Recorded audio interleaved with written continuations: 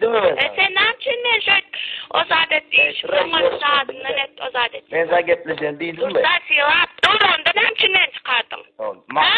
Sen dursa maksatdan salam aytıp koyarsın. Biliyor musun? Kim?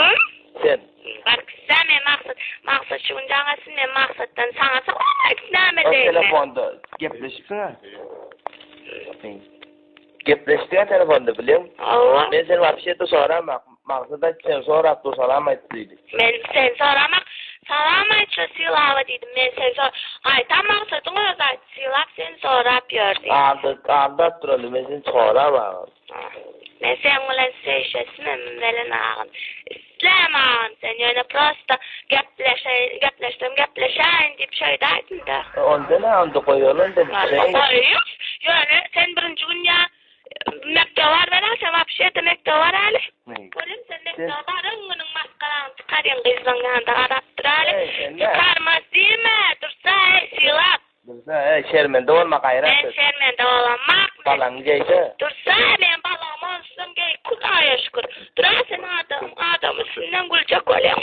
Kimin üstünden mi? Onda da çöçmen taşlak gideceğim. Ne hemen yitirdin sen? Boldu koyuyorsun. İstat bolmadık taraf deyip bilsen. Dura men bolmadık yağlık etmeyin. Karattırırsın.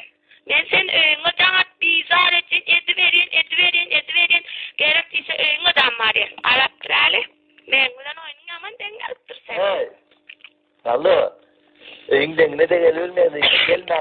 Karattır. Nama kork gedi adamdan biram korkmesiler. Bana seyret. Drali. Hayvaş yapmasa. Hayvaş yaplemeyin. Darmanı yaplemeyin. Şermende kılın bana geçmiyor. Şermende olmayan. Prosta yapleşmiş. Şermendin ne? Senden başka ne? Senden başka. Ya ben şermende kızı görmeyeceğim ki böyle koyuyor dendi. Hiç sadem edelim. Onların şunu yaklaştırdılar. Görüyorsa Ali. Sen böyle ölmeyen. Söygülüğüne canı diyen. Dur. Ben senin çıkarında da acık ben söygülüğüm bağır da akırım. Düşünüyor musun? Onda ben sana yok dedim. Eyvallah. Sen ben söygülüğüm bağır da soradın mı? Soradım ha. Silap sen dedin söygülüğüm bağır desem. Yok dedin ha silap yok dedin. Bırakı çıkacak keyfetçen dik durga bağır dik balıyor mu?